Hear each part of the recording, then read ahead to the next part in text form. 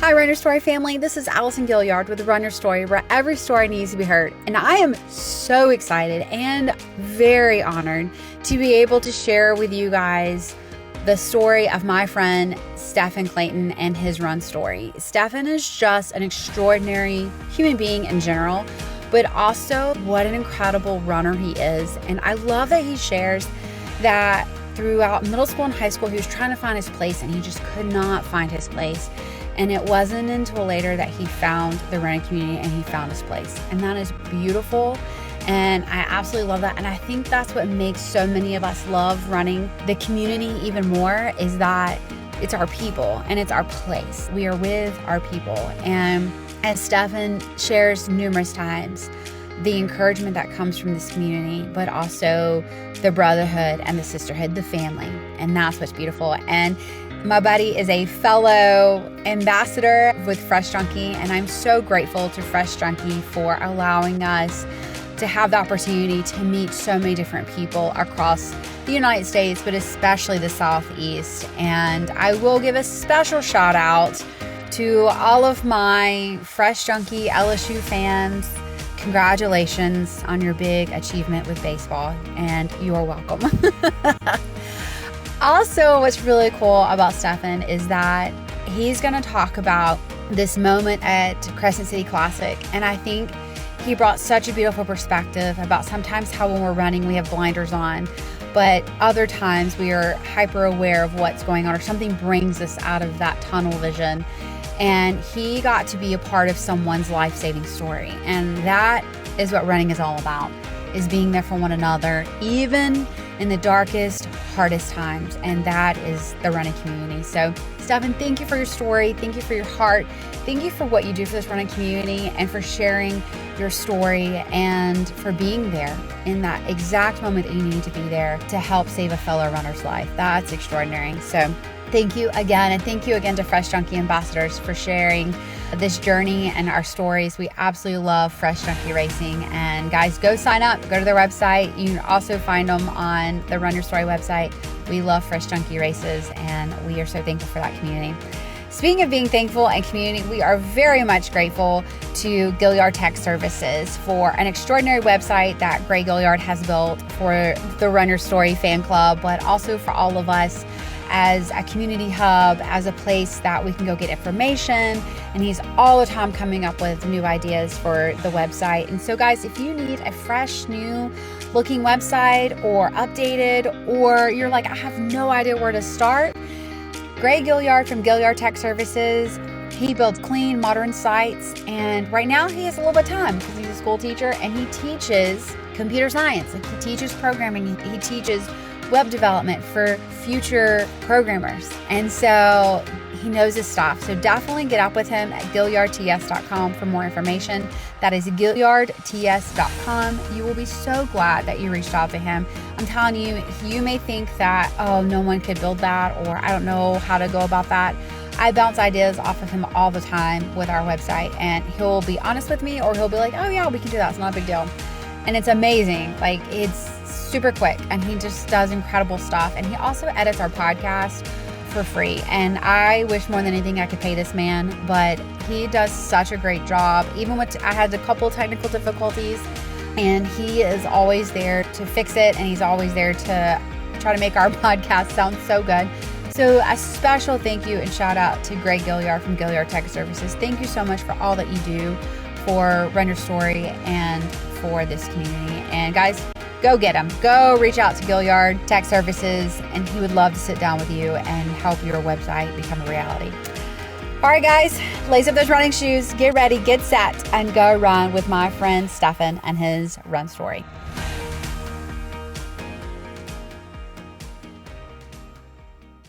Stefan, I don't know, how do I introduce you as the legendary, as the man who does it all, the man who rescued a runner? I really don't even know where to start, how to introduce you.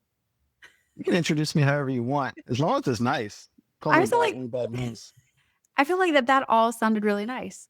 I did. You might be boosting my ego a little bit. But hey, I'll take it. Not all heroes wear capes. Some of them wear running shoes.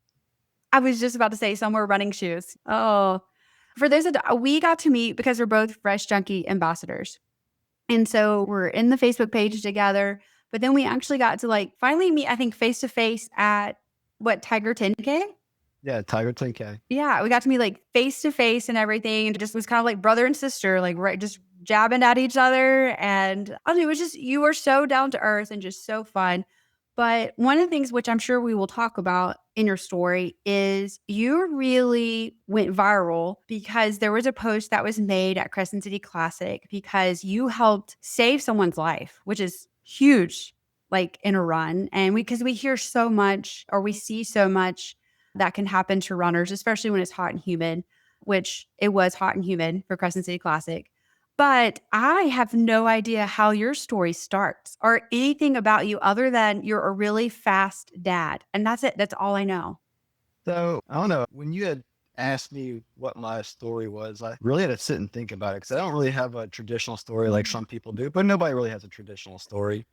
Growing up, I'm kind of repeat what Scott said in his. I never really felt like I fit in any group.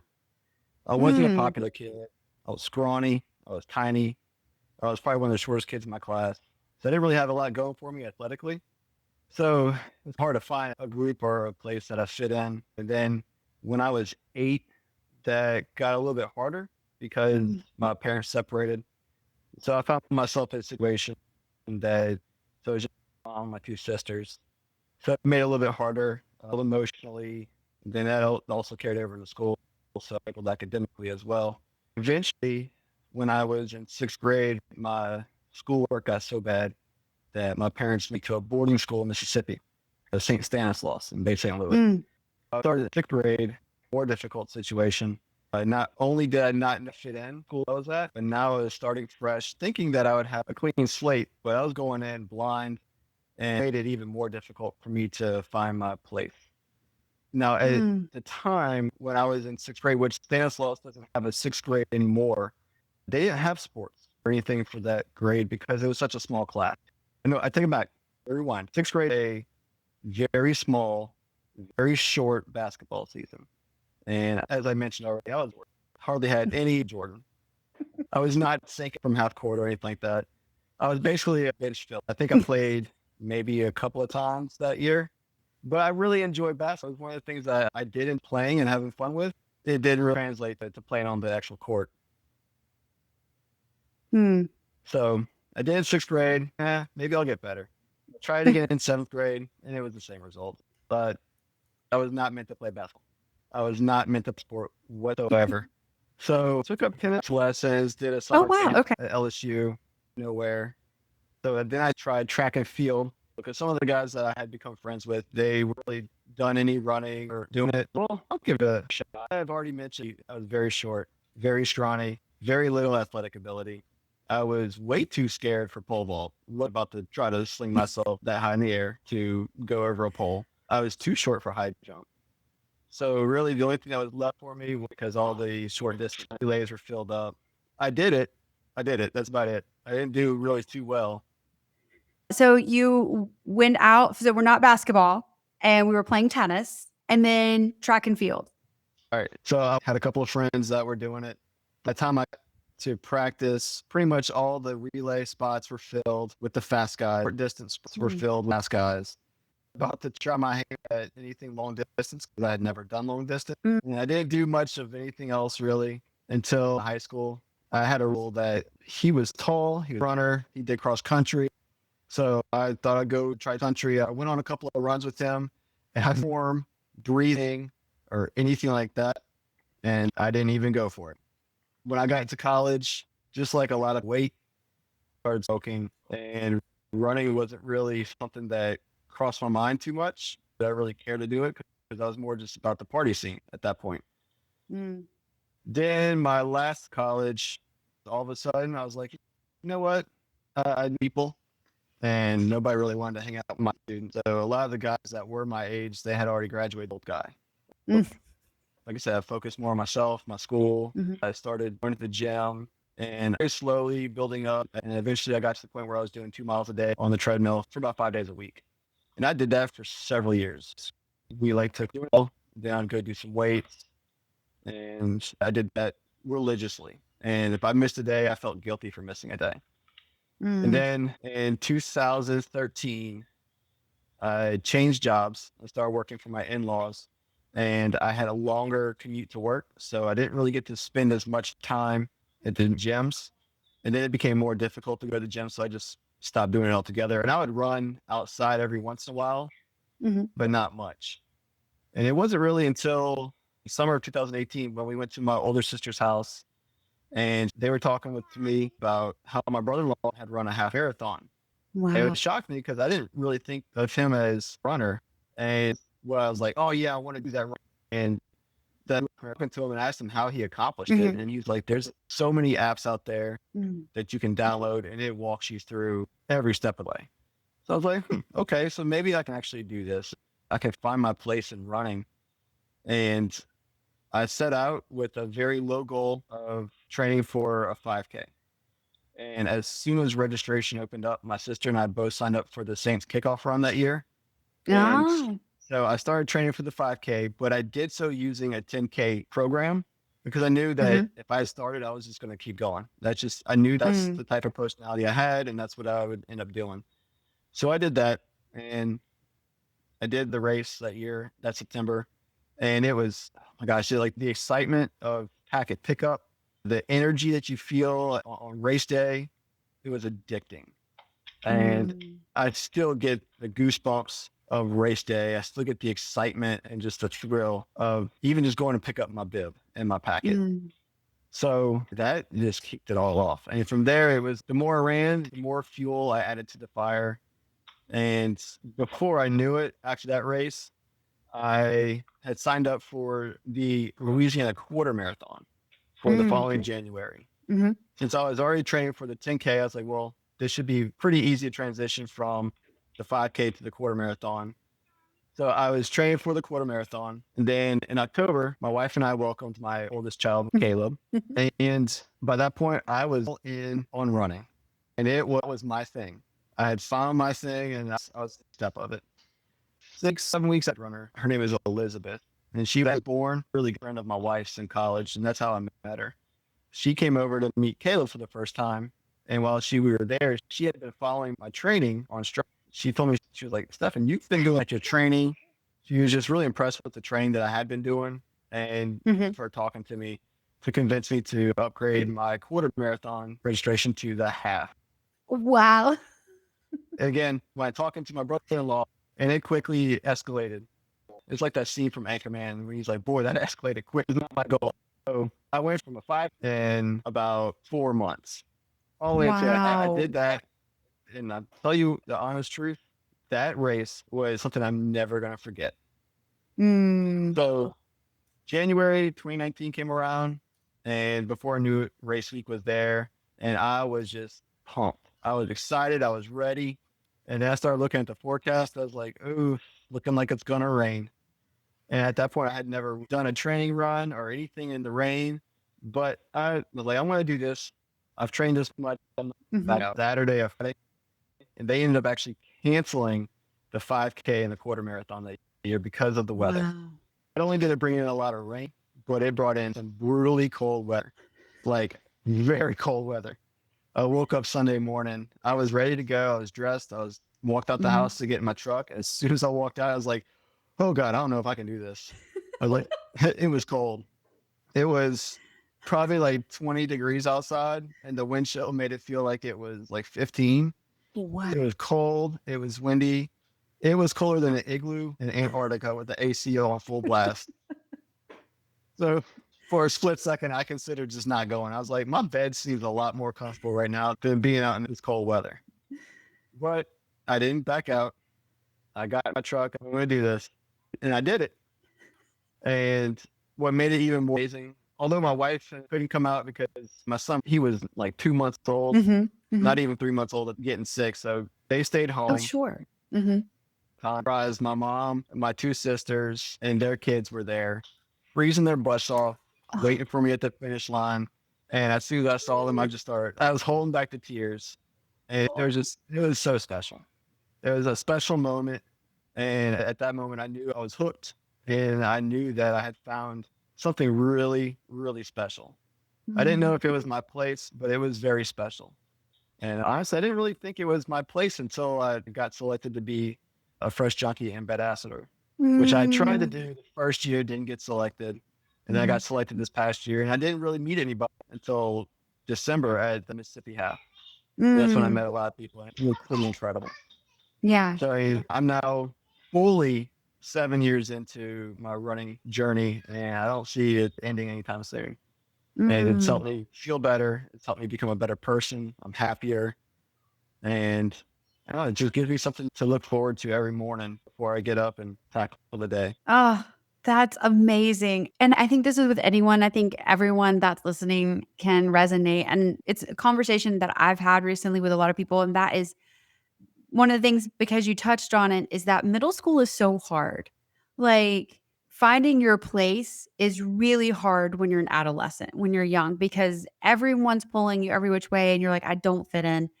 But with running, anyone fits in. It doesn't matter pace, doesn't matter distance, anything like that. I think that's one of the things that I find the beauty of the running community as a whole. And being an ambassador, I'm probably the biggest girl that's out there repping the ambassador swag. And I'm just like, wow, like I feel like you. I'm like, I can't believe that this racing company believes in me, that they believe that I have something of value, that I bring something to the running community. And I think that's beautiful that you're seeing that too. That's pretty incredible. And that you found a place. Done countless numbers of races, and I've never really found my community, family, until I got in with Fresh Junkie this past year. Mm. So one of the things I want to talk about is Crescent City Classic this past year. So take us down as to what was happening, because I don't even know the full story of this. I just know bits and pieces. And I just know at Tiger 10K, when we were with our friend Hilary, and she was also talking about this, because I saw like you were being plastered all over, like you were literally helping carry this person. So you were booking it, like you were in the elite squad running Crescent City Classic. So take us down and tell us what happened. So my first Crescent City Classic, I was still kind of beginning, and that was in 2019. I was still kind of starting my running journey, and I don't know if I'm going to Mm-hmm. get it. And then the whole thing happened in 2020. I'm not sure if you're aware. It's called Mm-hmm. COVID. Ruin racing. I'm like, you're. Yeah, it did. It did. I still opted virtual that year, in which I did actually qualify for the top 500, but there was only like 2,000 people that did it. Mm, So in 2023, that was my first year back to it because for some reason I couldn't do it in 22. mm, So in 2023, I ran it and my pace was picking up. My finish times were going down. So I was like, I have a really good shot of making top 500 that year. And mm, I did. So I got top 500 in 23, got my amazing poster, and then did the same thing again. In 24, my time went down a little bit, which still stands as my PR, which was 42 minutes and 42 that's seconds. insane. So my goal for this year, this past Crescent City Classic, was to get as close to 40 minutes as possible. Mm, Even if I was at 41, I would have been ecstatic. And that was my goal. The poster mm, this year was incredible, and I didn't get one, but I don't know. Things would not have turned out the way they did. mm, All of y'all that I do now, and I wouldn't have had the better went to this race with a goal. mhm, My goal was to get to close to 40 minutes and set it. And even though I almost so I did that, and my body said, "Screw you! I'm going to keep going." mm, And way too fast the first mile, and way too fast the second mile, and way too fast the third mile. By mile 4, I was really feeling the heat and humidity going down. We kept going, and I was just focused on my goal.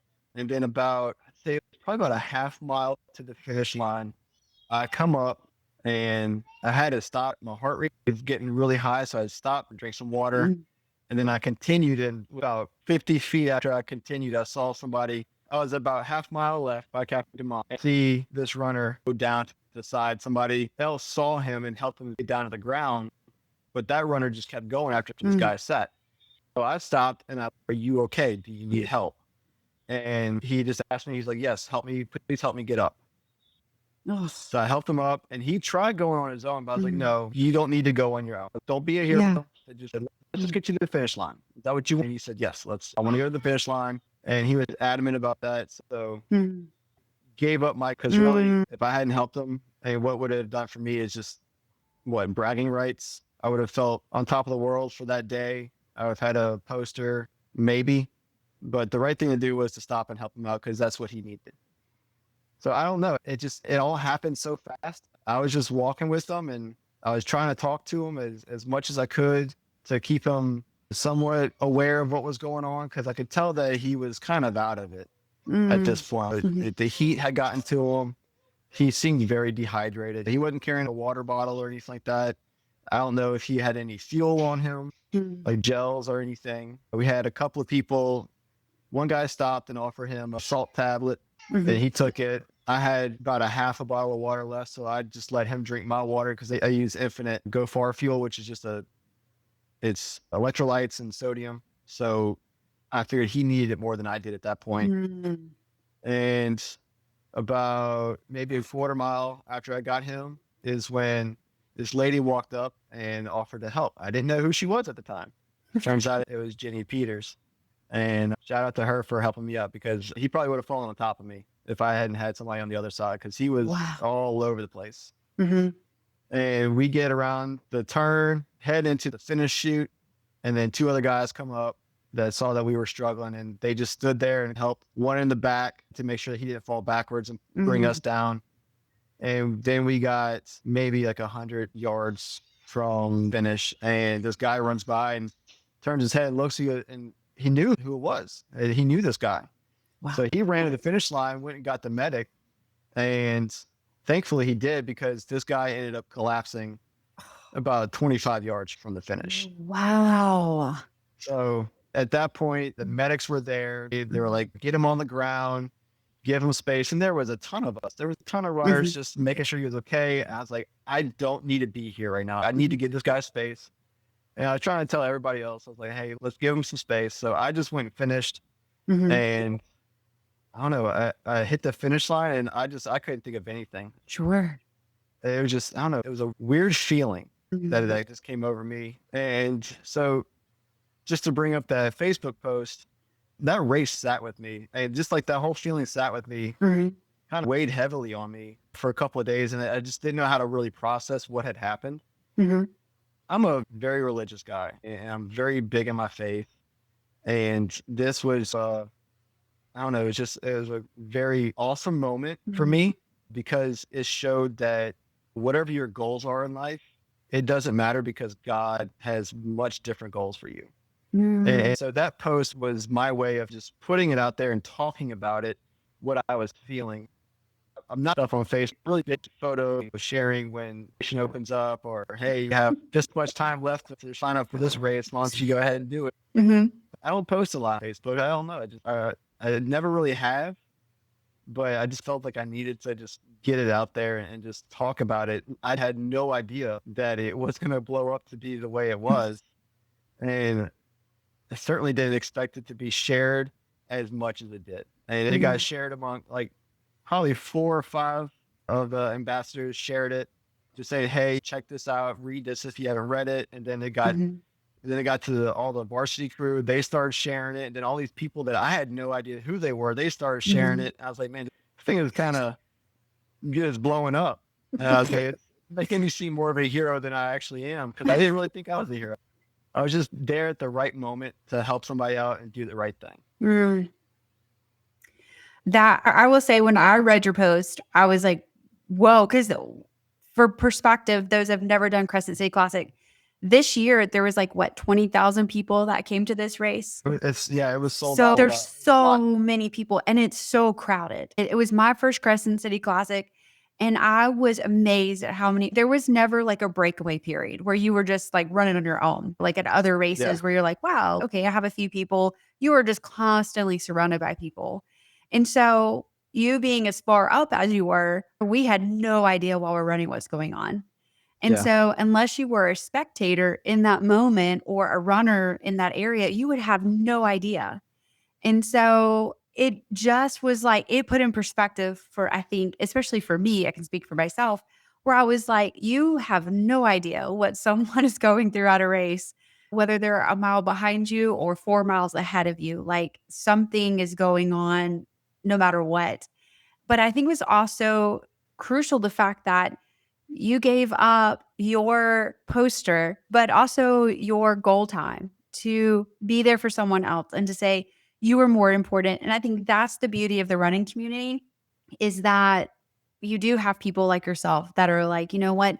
This person is more important than my PR. This person is more important than that poster, than that moment. Have you spoken to him, or do you know like what the outcome was after all of this? The only last I had seen, because in the process of my post getting shared, and some commented when it was shared through Varsity, they commented on that share saying, "Oh, know him," and I asking, "Okay, is he doing all right?" And she said that, yeah, he's in the hospital recovering, but he was doing a lot better. And that was a lot I'd heard. Wow. You were his guardian angel in that moment. Like you were his person. I think that's beautiful. It really is. Because you saw there were clearly thousands of other people that ran past him and didn't help him, but you did. And it's hard. I mean, I don't want to say that other people being in that, as you put it, like that elite section of the race, those people, I mean, everybody just has one goal in mind. That's most of the time it's the PR. And if they're going that fast and they're up that far up in the front, that's their goal, is to PR or to get close to where they are or where they want to be. And so they don't really, I know for a fact, like just in races, that I couldn't tell you what people were doing at finish lines, or shoot, even in this last January when I ran my first marathon, I almost missed my entire family and my friends in the finish shoot because I was just focused on goal, my name. I probably would have missed it. Just been for aiming, like I said, you put blinders on and you just you get tunnel vision. Wow, that's a really good perspective. That's very, very good. Well, I'm glad you were there in that moment, and I'm glad you didn't have blinders on. So there have been, and I think you've already shared several of them, but there's been some lessons that you've learned from running. So what are some of those? Well, first and foremost, and I have to do this one just as a shout out to Scott, never forget your shoes. Never forget your shoes. I've never done it. And I'm glad that Scott taught me that lesson, because now I will never forget my shoes. I feel like that's a little bit of a jab or a burn or. No, just a shout out. A shout out. We love you, Scott. We love you. It was a playful jab. No, really, one of the lessons I've learned is that your body is way more capable of anything than you can possibly imagine. The hardest muscle to train is not one that's inside your legs or not even your lungs or your heart. It's your brain. And your mind is the hardest thing to train to accomplish the things that you want. That, I don't know if I want to make this, or I don't know if you have light detrimental to everything. No matter how hard you train or how far you've come, if you slightly don't think that you can accomplish it, you're not going to. So it's hard to keep your brain in check with the rest of your body. That's good. That's really good. Especially when it's hot and humid as it is right now.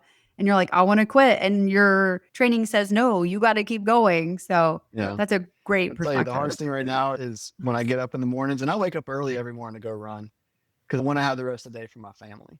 So right now, waking up early and going to run in the summertime, it's not fun. No. It's very hard to convince myself.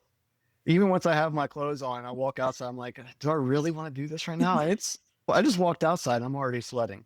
Yeah. You're like, I can't even breathe. All I did was stretch and I'm sweating. Yeah.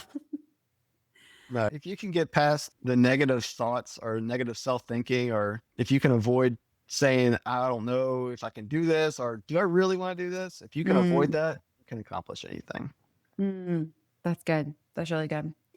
I think I know how you're going to answer what your favorite race was and why. Actually, this is actually hard to say because all of my first races of any, they're all my favorite. And I remember each one like they happened yesterday. I've run in 5 different states and I've enjoyed every single race. I've run in Louisiana, obviously, Mississippi, and California. It was the Saints kickoff.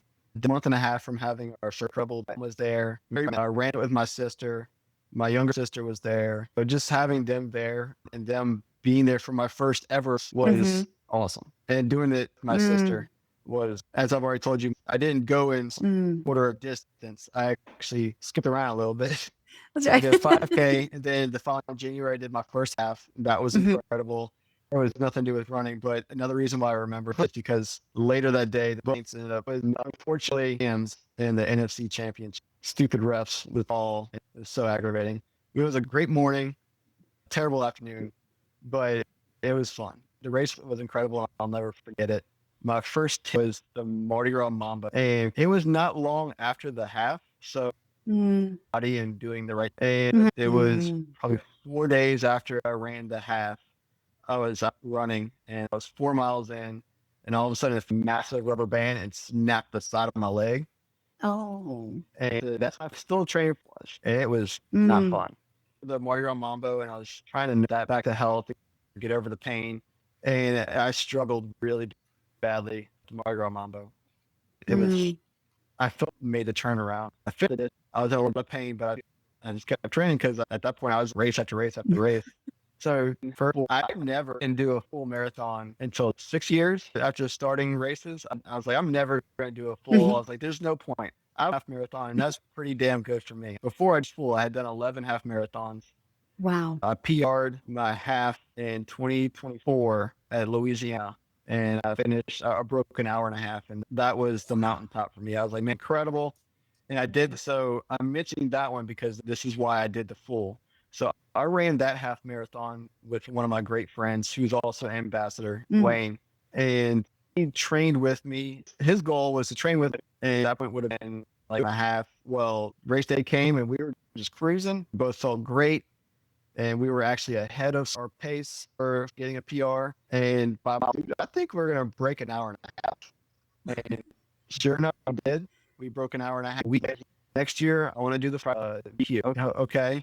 And I felt obligated to run because he had helped me break an hour and a half. So I was like, all right, you got me. All right, I'm doing it. Started training. Fortunately, and we started training. So he has what they call Meniere's disease. And his equilibrium got really messed up. And it really it made it hard for him to get full on training because he got so dizzy with it, and he couldn't do as much. He was able to get over that, and we were able to continue. He ran Mississippi half with me. It was not anywhere near as that. It was the race that had actually, from what I understand, a lot of the ambassadors struggled with that race too. Oh, it was brutal. After that race, the week after his hamstring had been bothering him. And after that race, that following week, we were supposed to do our next long distance run, which would have been about 15 miles. And he's like, bro, I can't. He said, my hamstring is so jacked up right now. He said, I can't do it. He's not to give it a little bit more rest. I was like, okay. I was like, well, 15 miles by myself. I was like, that's not bad. I can accomplish that. And I was like, all right, I'll hold you to next week when we go up to 18. And then the next week came and still struggling with hamstring. Well, long story short, he didn't even do the full. But he was out there for me. He came to mass with me that morning. And then afterwards, he saw me start, and then he got in his car and he went to 3 different spots to see me throughout the route. And then he went back to the finish line to meet up with my wife, my 3 kids, and the girl that taught me into doing a half marathon initially. She was there with her husband and their 2 kids, and they also saw me a couple different spots along the route. So I had a good little cheer squad for me at the very end, and that was incredible. I was like, no kidding, that's amazing.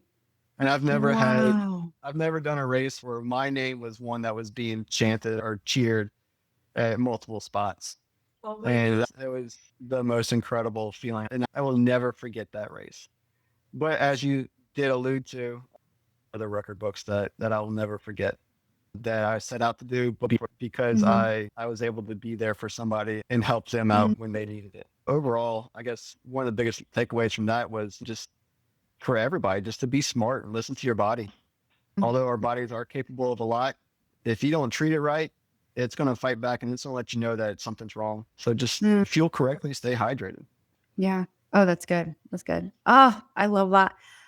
Also, like this past year for Louisiana, it was crazy because the day before for the quarter marathon, which I ran, it was hot and humid. Then the next day, y'all had like little snow flurries coming down, like nice, cool, crisp weather. And I was like, you got to be kidding me. Yep. We had the race, and then a day and a half, 2 days later, We had a lot of like 10 inches of snow. That's right. Gotta love it. Gotta love it. So it went from springtime to snowing in a matter of 4 days. It was insane. It was insane. Let's shift a little bit to pre-race routine, because one of the things that you did mention was that our pal Scott has forgotten race day shoes. And so obviously we want to make sure that we have our shoes for race day. But what else does your pre-race routine look like?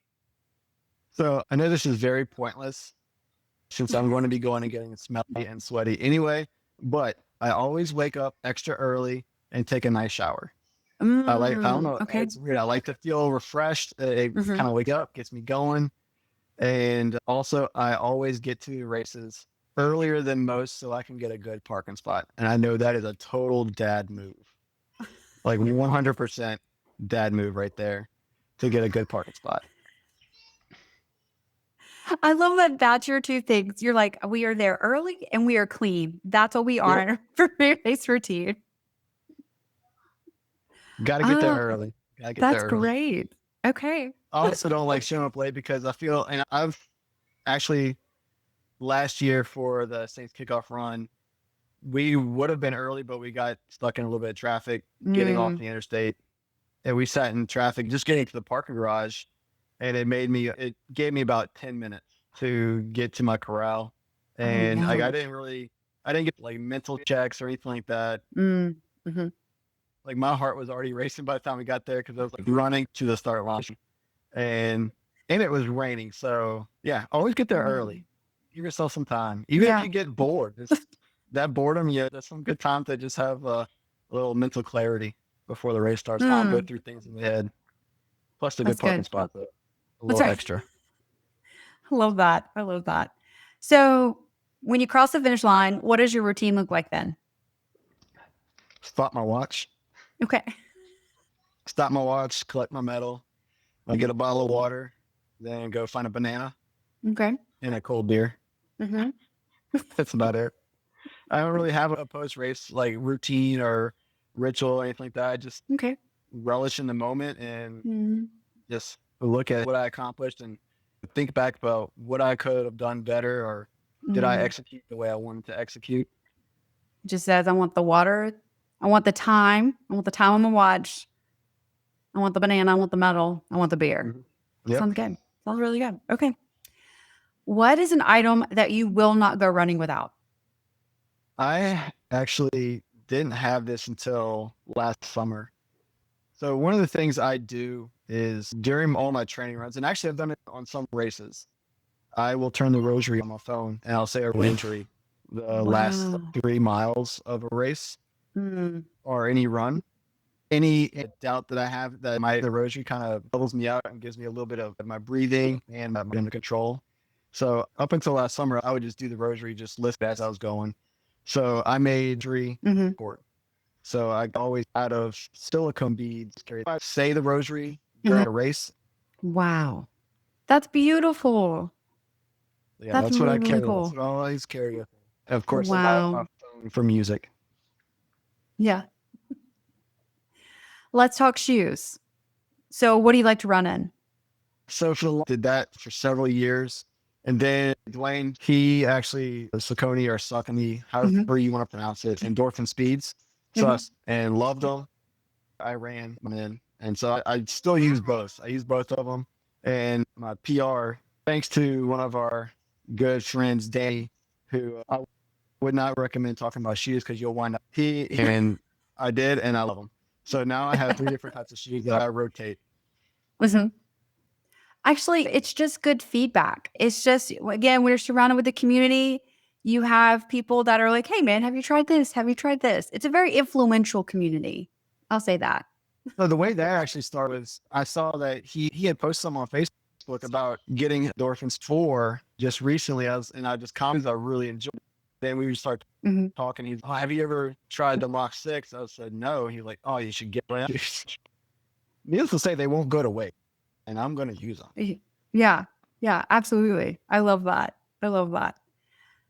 With the rosary, do you listen to any music while you run, or is it just the last few minutes that, or the last few miles that you do the rosary? No, so I have a playlist that I've just my running tunes playlist. I've been adding music to and removing music songs for the past like 6 years. And Mm, it just got a little bit of everything. It's got Panic at the Disco, some rap, it's little got a bit of little bit of everything. everything. I love that. I love that so much. Let's shift gears to recovery. Do you have a favorite recovery tool? Do Theragun. Love my Theragun. Oh. Mm-hmm. I've tried the foam rollers, but with little kids, when I'm doing the foam roller, they can play town and they just jump right on top of me and it makes it pretty painful. I also have my sidekick scraper. I love the scraper. Yes. They have a heated scraper now. Know that. It's amazing. It's one of my favorite tools. Yeah, my Theragun is fun. Hmm.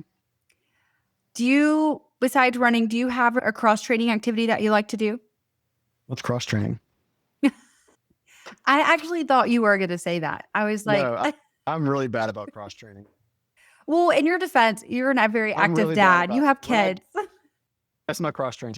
Picking them up, throwing them over Absolutely. my shoulder, acting like they're sacks of potatoes, whatever, chasing them around. When I do get the cross train, I'll get on my bike. Okay. I've been really bad about that lately because we're actually in the middle of the renovation house tonight, but it's just been hard to do it. There's nobody to blame but myself. Sure. Again, though, you are a full-time dad as Yep. well with 3 littles. Yep. A lot of fun though. They keep me more active than running does. Let's say that somebody wants to get involved in running. What is a piece of advice that you'd give them? Just do it. Just get That's out there, put shoes on, and do it. Don't let other runners' progress or accolades or accomplishments stop you from trying to achieve what you want to achieve. And Strava is really bad about letting this happen to people. They'll see others' goals or their pace on there. Somebody's posting or they're doing a 5K running 6.5 minutes consistently. And Mhm. yeah, you're like, well, I'm never going to achieve that. So that kind of gets in your head and kind of goes back to what I was saying earlier about the negative self-thought. If you don't think that you can accomplish something, then you're not going to accomplish anything. You got to do what you're capable of doing and then build from there. Rome wasn't built in a day. Every house has a foundation. You can use whatever cliche you want to use, but you got to start somewhere. And you also got to remember that what other people are doing or what you're seeing on Strava or even at races, those people then just decide 3 months ago, hey, I'm going to go out and I'm going to win a marathon. They had to work at it. They had to get to that point where they were able to accomplish that. And eventually you'll get to where you want to be, or you'll get to where you never thought you'd be. That's good. That's really good. I really love how you said that the house needs a foundation. That's so important. It's very, very good. When things get tough and you want to quit, do you have a mantra? Do you have something that you tell yourself? I do. So when I was having those issues with my IT band, it started on one leg. And when I got that one healed, I thought I was in the clear. And a week later, it happened to my other leg. So I was just like bummed. I was so like just distraught because I was also training for a half marathon at that time. And so that's when I came up with this mantra that I tell myself, dig deep, finish strong. Oh, that's good. That was my mantra for a while. And it still is. I still say it. But another one, and it's not really a mantra because it's a little long to say and memorize all the time, but there is a Bible verse in Hebrews. I'm just going to read it to you. It says, therefore we also, since we are surrounded by so great a cloud of witnesses, let us lay aside every weight and the sin which is so easily ensnares us, and let us run with endurance the race that is set before us. So that last part right there, just run with endurance the race that's set before us, is something that I always keep in mind because the race that I have today may be incredible. The race I have tomorrow may be better and may be worse, but I got to run the race that I'm in and not the one that I did yesterday. That's good. And that's one of my most favorite verses. So I'm so glad you shared that. So you ran a marathon. What are the next goals that you have? Keep running, stay healthy, keep my legs going, get stronger. Yeah, I have time goals. I feel like now, like after Crescent City Classic, I feel like the 40-minute mark is my white whale, and I have to accomplish that. Also, in a 5K, I have it in my mind that I want to get, because my PR for a 5K is like 19 minutes and some change, and I would love to break that. So yeah, I have some time goals as far as distance. I know I've said it before, but I don't see myself doing anything more than a marathon. And kudos to Scott and to Rebecca for being ultra marathon. I don't know, 50K or 50 miles or 100 miler. Yeah, that's, I don't know. Give me another 6 years. I might different. But no, I want to do another marathon. As much as I would like to break my half marathon PR, if I'd be able, I mean, the conditions would have to be right, just like they were for that year. And that was just, to me, that was still mind blowing that I was able to accomplish a 129 half marathon. So, but yeah, healthy is my main goal right now. Now, do you get out and run with your kids? Does your wife run? No, my wife always says, and she gets asked that a lot if she runs, and she says, if I'm running, then you need to be running too because something's chasing us. Okay. My oldest, I've done the Saints Kids Fun Run with him, and I think he has really good form, and he's fast. So I think he's going to eventually get into it like I did. My youngest son, he also is very fast. He's a little young to be introduced to him running right now, but I do want to start one day soon getting my oldest out there and running with me. I love that. That's awesome. What is your favorite length to run? Whether it's race day or it's training day, like this mileage just gets you pumped up and excited.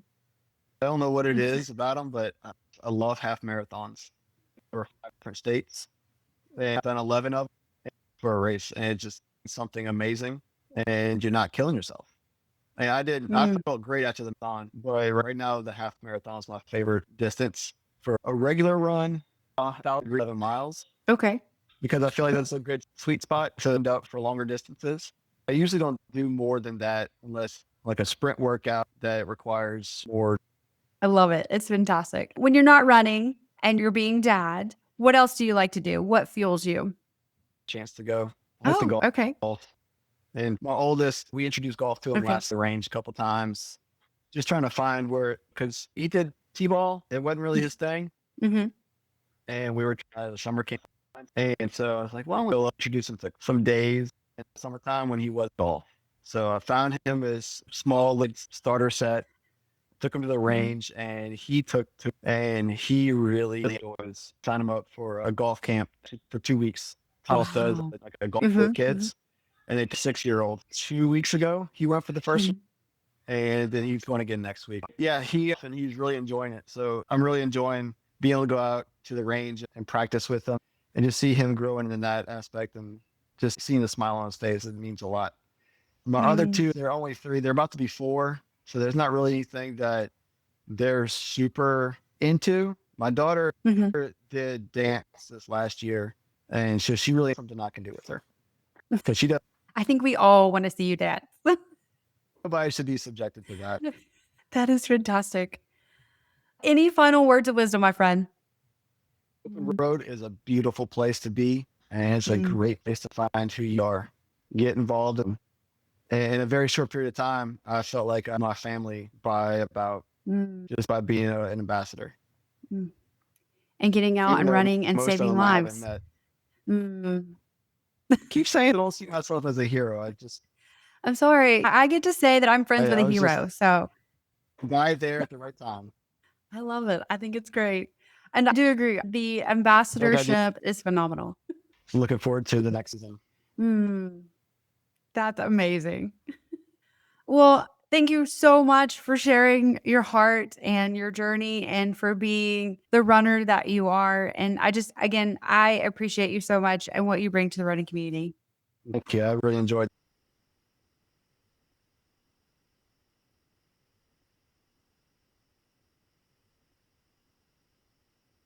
What a story. What a runner. What a human. What a dad. What a friend. Like, let me just say, I was already a huge fan of Stefan, not because of what he did at Crescent City Classic, but he is one of the most encouraging people, and he's just so fun. And everyone I would talk to in the ambassador world of Fresh Junkie was like, oh, Stefan. And I was like, I really got to get to know this guy. And I'm so glad that I did, because what an incredible individual and just all around cool dude. And I'm so grateful my friend, that you shared your story, your heart. And I know you don't think that you're a hero, but you are. And so, Stefan, thank you for all that you do for this running community. You're just such an inspiration. And I know your kids absolutely adore you.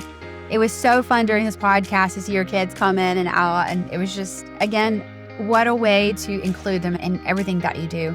And that is absolutely extraordinary. So thank you, my dear friend. Thank you again to Fresh Junkie Ambassadors for allowing us to meet and allowing us the opportunity to get to share one another's stories. And again, thank you to Gilliard Tech Services for all that you do for our website, for our podcast.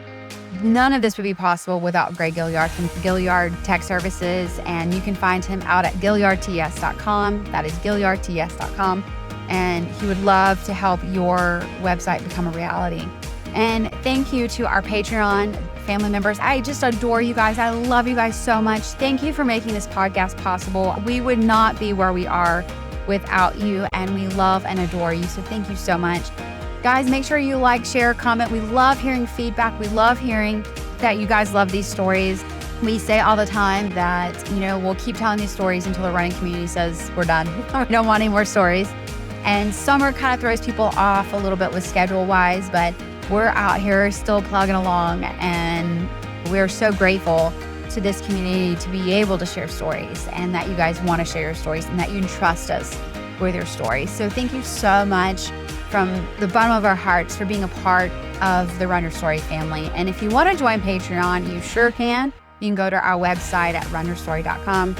And we are also updating merch, so definitely check out the online store as well there. And thank you guys for being a part of this. We absolutely love and adore you. Until next time, guys, go run your story, because every story needs to be heard.